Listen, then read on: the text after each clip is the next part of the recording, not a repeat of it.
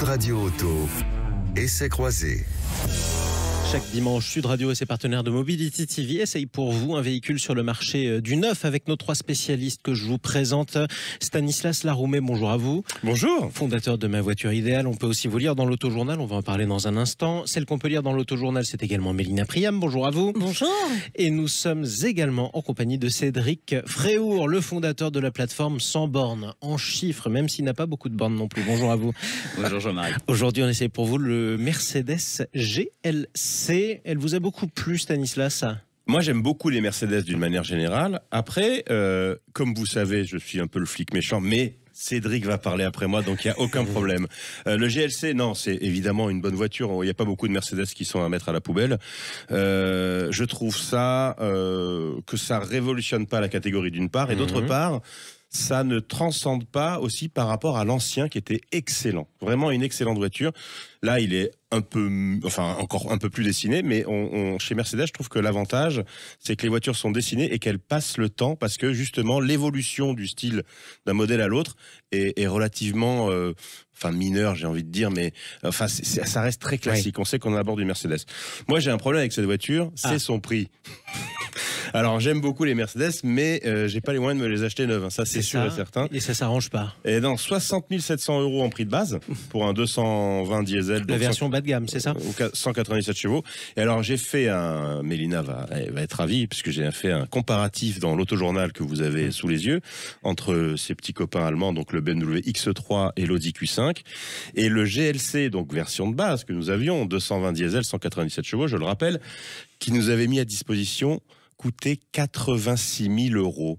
Il y a un moment, mettre presque 90 000 € dans un SUV diesel, moi je me pose vraiment la question. Alors après, oui, c'est très bien fini, c'est très confortable, c'est habitable, il y a un grand coffre. C'est merveilleux à conduire. L'habitacle est absolument extraordinaire, mais c'est Cédric qui va nous en parler, c'est sûr, parce qu'il y a des écrans.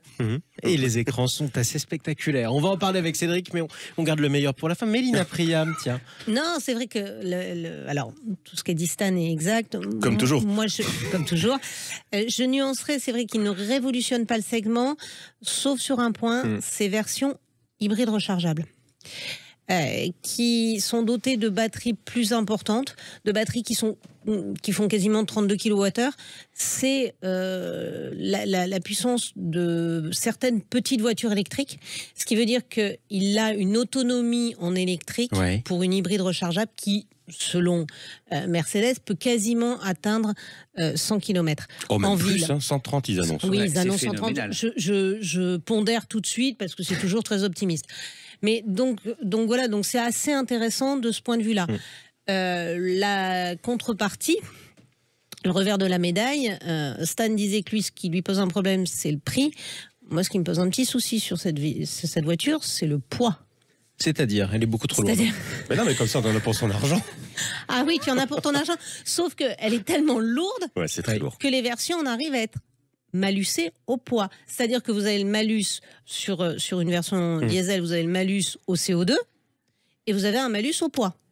Parce que les voitures aujourd'hui, c'est pas la première année, mais de plus de 1800 kilos sont pénalisées par 10 € par kilo. Sans compter l'effet que ça a pour la conductrice que vous êtes. Et sans compter les effets. C'est-à-dire que ça fait une voiture assez lourde, qui n'est pas forcément déplaisante parce qu'elle est puissante. Mais j'ai du mal à comprendre la logique technique et d'ingénieur. C'est-à-dire que on fait des voitures qui effectivement ont des plus grosses batteries, ont de plus en plus d'équipements, ont de plus en plus de confort, de machin, de trucs. Et on l'alourdit. Mais on l'alourdit et le poids reste l'ennemi de, l'efficience. Effectivement. Voilà. Maintenant, c'est une voiture absolument géniale. L'intérieur est comme l'intérieur de toutes les Mercedes actuellement. Et pourtant, Dieu sait que moi, au départ, je suis pas très Mercedes-ophile. Mais ça vous a quand même séduit. Non, mais c'est spectaculaire, c'est plaisant, tout est bien fait. Je propose qu'on laisse le romantique en parler. Il est encore sous le coup de l'émotion. Comme d'habitude. Évidemment. Des écrans. Les écrans, mais c'est comme dans une classe S, le vaisseau amiral. Voilà, la limousine dont tout le monde rêve. Et c'est vrai que ce nouveau GLC, donc, quand on monte, effectivement, il y a des écrans partout, il y a des écrans avec une typographie, il y a presque un spectacle. Donc ça, c'est formidable, voilà, pour la poésie. Mélina a tout dit avec les 100 km. Attention de ne pas juger cette voiture quand on regarde son prix facial. C'est 9 voitures sur 10, elles vont être louées. Voilà. Et donc ça change tout. Ça change tout parce que c'est des entreprises qui vont se les offrir. Oui, mais c'est ce qui ce veut dire marché-là que qui compte. C'est ce marché-là qui va faire le succès ou pas. Ça veut dire que les particuliers n'ont quasiment plus accès à ces voitures. Donc effectivement, le marché va devenir de plus en plus un marché d'entreprise, mais c'est quand même, entre guillemets, un marché de privilégiés. Si vous êtes monsieur tout le monde... Oui, d'accord, mais il fut quand même un temps où même Mercedes, même BM...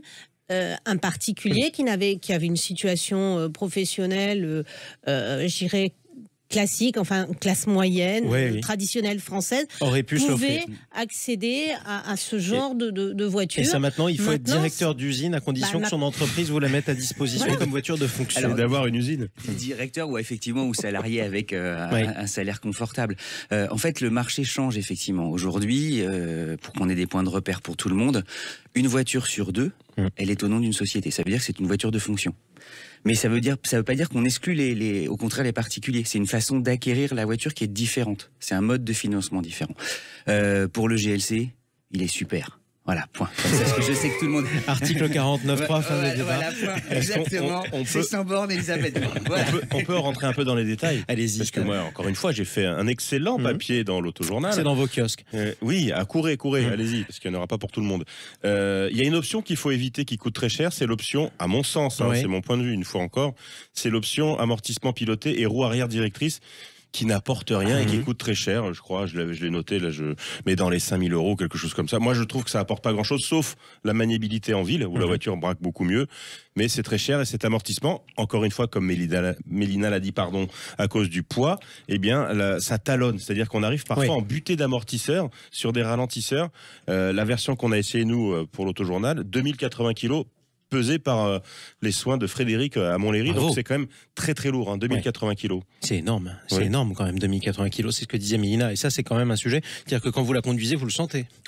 Oui, ça se sent. Vous avez beau avoir la puissance, encore que sur le diesel, 197 chevaux, c'est pas non plus énorme, et vous avez une voiture de 2 tonnes, donc... Oui, vous le sentez.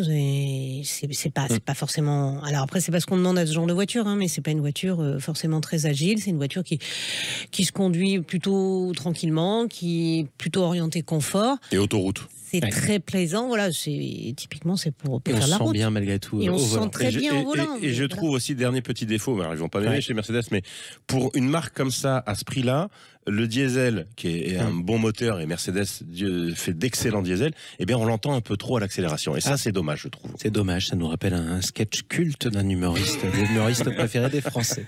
C'était un autre véhicule, évidemment. Merci à tous les trois. Merci. Cédric Fréour, Stanislas Laroumé et Mélina Priam. On vous retrouve dimanche prochain pour un nouvel essai. Merci.